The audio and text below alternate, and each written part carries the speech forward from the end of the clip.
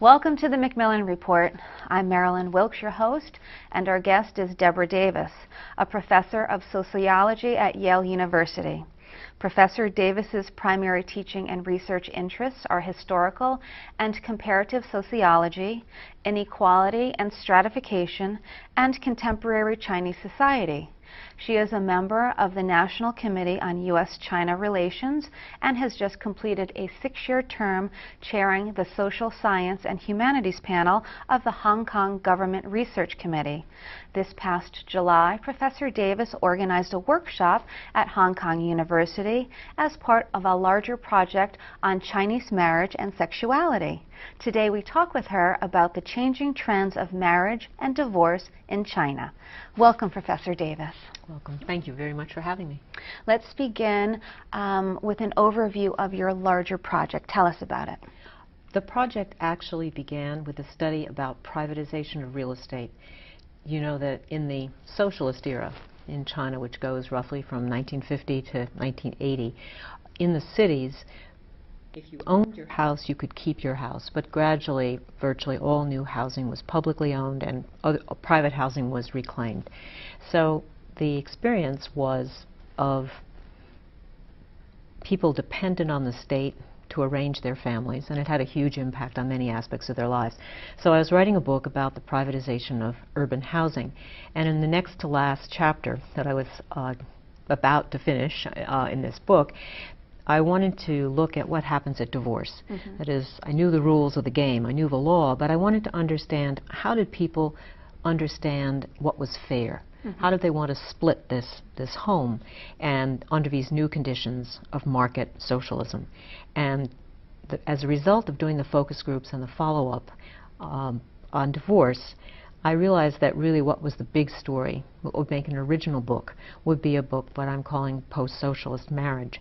So it's the way in which housing has come to the heart of understanding why people marry, when people marry, and the quality of their marriage. So I backed into it. And how does the paper you presented in Hong Kong fit into this larger project? What I did in I should step back. Last year when I was working in Hong Kong, it became fascinating to me in the ways in which marriage and sexual practices in Hong Kong were looking more and more unlike what I was seeing on the other side of the border. And then when I looked at other materials, I realized there was convergence between the Taiwan, Hong Kong, and PRC experience. So I put together a group of people to investigate what I call sexuality and marriage in cosmopolitan China. And the paper I wrote in July is just one piece of that comparison across the three countries, and my focus is particularly on the legal aspect, that is how the state's role vis-a-vis marriage, how they've written the marriage law, how they've policed divorce in particular, reflects larger patterns of state control over people's private lives. And what are some of the fundamental changes in marriage that you're seeing in this time period that you're researching?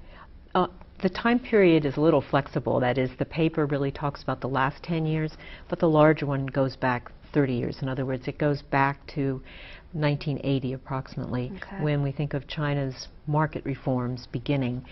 It also is the year in which they passed a new marriage law. And the marriage law was sometimes seen by some people as a divorce law because it made it much easier for people to, if couples agreed, to then simply file for divorce. They really didn't have to go through a court procedure if both agreed and there was no conflict. So it's over this 30-year period that I'm really looking at. There are 5 things that are really remarkable about 1980 to the present. And first comes from the affluence. We all know that China has moved from being a low-income, actually very impoverished society, to being lower middle income, and now more billionaires in China than any place else in the world. So you also have enormous wealth. One of the first things that people did with their new wealth, whether they were very wealthy or middling wealthy, was to purchase homes. And therefore, one of the key things that's changed is that marriage now, in many cases, depends on owning a home and purchasing a home. And the centrality of that home ownership now occupies a centrality in the spouse relationship that was absent, totally absent when it was a public housing regime as it was under socialism. So the first change is this housing piece and the affluence piece. The second is the one-child policy, which also was passed in the same period. 1980 is when it starts to take effect. And as soon as the state mandates one child per couple, you have radically changed the character of marriage. If marriage was about becoming parents of usually 2 or more children, the sexual relationship with spouses is different. And also the balance of power, you could almost say, in the household is different. So we're now looking in urban China, which is the majority of people now, in families in which there are 2 adults and 1 child. And clearly that creates a different dynamic in a marriage in which children outnumber parents. That's the second thing. The third is this vast migration that we all know about. 250 million Chinese have left their home towns and moved elsewhere. And this also has changed marriage in a fundamental way, in that people find their partners usually without very much supervision from their parents, direct supervision, if they're on the move. And then it also means that if there's a bad relationship, a bad marriage, people are much freer to leave and start again. So that's another huge change, because in the socialist era, people were really nailed to place. And that was, you were stuck with the neighbors you had as well as the spouse you had. And now China's in a very different place. The fourth thing is a cultural revolution, not like the one that Mao initiated in the 60s, but one that was commercially driven and also driven by this reintegration of the Chinese diaspora, Hong Kong, Southeast Asia, Taiwan, even the United States, so that people returning to visit family or people moving back and forth between different Chinese communities brought different sexual mores. You could, in an earlier period, the idea of premarital sex, extramarital sexual relations was often branded bourgeois and Western, and this is hardly the case ever. Westerners don't have a monopoly on these behaviors, and this has led to a liberalization of people's sexual relationships, which is radically different than the socialist era, in which the government really had quite a puritanical policing of people's private lives. And then the last, which is the other part of my paper and what we're talking about, is the divorce revolution. Divorce rates now in Taiwan, Hong Kong, and China are just about the same as the United States, and it has ratcheted up very, very quickly. So it's a startling phenomena, and that's tied to liberalization of the law, but also a totally different attitude by the court officials, who now don't stand in the way of divorce as they did before. So how has it changed? Divorce is easy. There's a great deal of sexual experimentation, casual sexual relations before marriage, in marriage, which was absent before. This movement of men and women that allows them to have more freedoms. The affluence, which creates a much higher standard of living and a focus particularly on purchasing the perfect house and putting really one's life savings into this conjugal home, even as the divorce rate is very high. So these things are the 5 characteristics that I think define what I'm calling post-socialist marriage. So it sounds like there is tremendous change taking place. Huge. Are there any significant continuities during this time period? There are, I would think, 2 which are important, and one is about childbearing. China continues, as in Japan, and in Taiwan, and in Hong Kong, there's very little childbearing outside of marriage. So marriage equates with children. One marries and one becomes a parent. There really isn't too much discussion about that. Moreover, children are only born within marriage. So this is a continuity from the socialist period into where we are now, post-socialist. And the other is about the intergenerational investment. Even in the socialist period, parents, even though they couldn't control the property in the cities, they could in the countryside, were very much engaged in helping their children establish a household if they could, and that has continued, so that parents are deeply involved in the purchase of these very expensive condominiums, which is the most standard form. So that's those, I would say, are the two. That children are born within marriage, even though there's a great deal of sexual experimentation and latitude about partners inside and outside of marriage. Children are really tied to a married pair. Which is, I'm thinking about our country and how that's very different. So I guess my question is, are there higher abortion rates and higher contraception use then, I would imagine? I don't have the rates for the U.S. in my head, but on the abortion rate, it is, so I can't tell you specifically, is it higher or lower than the United States. The ratio of abortion to birth certainly went up after 1980. Abortion is on demand in China, and it's not very costly. There are claims, and I saw a TV program this summer which talked about very high rates of abortion. So, 8 to 1 birth. That is totally unbelievable. Whether it's 2 to 1, I don't think that's high. I think it's much lower. But it would be guesstimates almost, because it's so hard to get that information. On the contraception side, contraception is easy to get. It's very low cost, and they've done a massive public education push so that condom use by men is not resisted in the same extent as it might be in some other countries. And the level of education in China is so high that I'm not saying all teenage women or young adults have great knowledge of how to control their fertility, but in comparison to other countries at similar level of development, China is way, way ahead. So in that respect, if you want a comparison, it wouldn't be with the United States so much, but if we compared it to India, Indonesia, Nigeria, what we're dealing with, or Brazil, this is a population that is very instrumental in many ways and has enough education and also availability of a range of contraception that people, that women in particular, have more control over their fertility than is true in a comparable level of development. Okay. Let's talk about your methodology. How did you do your research? I use every method I can imagine. So I start with the documents, and now in the last 10 years in China, virtually all statistics that are government released are also digitally available, so that we have vast storehouses of those types of documents. The legal documents also are easily available online and hard copy. So I use documents as one way. I've done a lot with internet.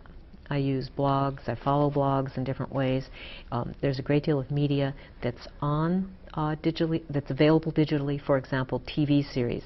You hear afterwards there's a popular TV series. In the past, I would have had to be in China to watch it. Now, I can sit in New Haven and watch it. And then the connections we have are so good with China, with people going back and forth. You can get an email or a call saying, have you seen this episode? And you actually can just watch it on internet.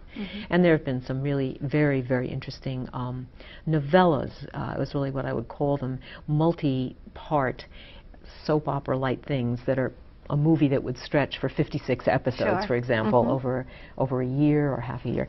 So I use the internet, and I also do a lot of interviewing. For this project, we've done a variety of interviews, and particularly in Shanghai and Guangzhou. And I've also done focus groups, because I think this is a way in which I can get the natural speech. When you're in an interview, you can't. You ask people what they think, and they respond in a neither formulaic or very measured way. And what I'm interested in very often is what are the underlying expectations or underlying anxieties that people have that is driving their behavior. And what I do in the focus groups is I set up a problem, and then I open it up, and we just steer them, and then we use the transcripts afterwards to look at what words are spoken by which people at what point in the conversation, and that's been useful. Okay. How does the one policy, the one-child policy, affect the research that you've done, and is it still in effect? Yes, it was initially discussed in '79, and the government chose a group of nuclear fission scientists to help develop this policy, and it was a letter that went out, not legislation, but it has then been incorporated in other ways. So from 1980 onward, this was the rule. Now in the rural areas, people pushed back and they did not comply, and there were heavy penalties. People still did not comply. I'm curious, what are the penalties? Well, when it was a socialist system, you could withhold pay, you could withhold care because there was no market. Now there are relatively few penalties. They can in the countryside where there's harsh pressure on local officials, they will tear down people's houses. Oh my goodness. Right, they will, and they put very high financial penalties on rural families. That era has passed. The policy still is one child, although it's modified in rural areas. If the first child is a boy, after 4 years you're, quote, allowed to have another child. It's more relaxed than that. So in many ways it's functionally 2 children in the countryside and 1 in the city. It was supposed to end after 20 years, and the last 10 years, several sociologists, including my co-author in the Inequality book, have been working with the Chinese government to run experiments to see what will happen if you relax. Will, in fact, you have a huge baby boom or not? And the results show that no, about 50% of the people will not go on to have a second or unauthorized child. They're satisfied with the number that they have, and a certain number will go on, mostly those who had a girl and want a boy, but not always. Girls are valuable, and many families, the ideal is 1 boy and 1 girl, and that's really what people would strive for if there was no limit. But we now are almost 30 years, we're 30 years into this policy, so the generation of young parents now are singletons themselves, and it's not clear what singletons are. Is there a pattern? So the government, however, continues to be extremely rigid and say without the one-child policy we'll have a population boom. No experts believe that. The biggest problem in China, which is a result of this policy, is this rapid aging of the population. It's extraordinary how quickly they're going to move to being a very aged society, more than 20% of the population over age 60. But the other piece is this gender imbalance, because the preference for sons is so strong, and these last 20 years, it's basically 118 boys for every 100 girls. And as that group moves into the marriage age, you can see there aren't enough women. And so this is really serious and unplanned from the perspective of the government, but not unexpected on the part of the demographers. It'll be interesting to see what the future brings there. Finally, how do your conclusions about marriage speak to the larger trends in social and political trends in China and globally as well? Because of what I've done for my research, I think the number one is about this property rights issue. That's how I looked at it. And what I've been able to see in this research is this gendered piece, to the extent that it almost seems that maleness and femaleness is more important than class and money. And that's not what you would necessarily, well, it's definitely not what we see in the United States, where class trumps gender very often in the marriage area. So China's is an interesting case, and it highlights this issue about gender distinctions in personal life, but how those gender distinctions do or don't change in the context of economic changes and legal changes. So I think the property rights is huge. I mean, it has implications for China, beyond marriage and beyond China. The second place is this migration aspect I flagged, this vast migration. It has also meant more cross-border marriages. I mean, if you look at the micro level, take the case of Taiwan. In 2003, 31% of marriages in Taiwan had a non-Taiwanese spouse. Most of them were Chinese, PRC Chinese. And what that means, just as in our society, when we look at migration issues, cross-border migration, marriage, are questions about citizenship and questions about, who is deserving to be a migrant and what does it mean to be a citizen. So actually from this marriage issue, which to some people seems so private and micro, you're able actually to look at these much larger debates about citizenship. Very interesting. Thank you so much for being here with us today and sharing some of your work. Thank you for asking me. For more information about Professor Davis and her research, please visit our website at yale.edu/Macmillan Report. Be sure to join us again for another episode of the Macmillan Report, made possible through funding from the Whitney and Betty Macmillan Center for International and Area Studies at Yale. Thank you so much. Thank you.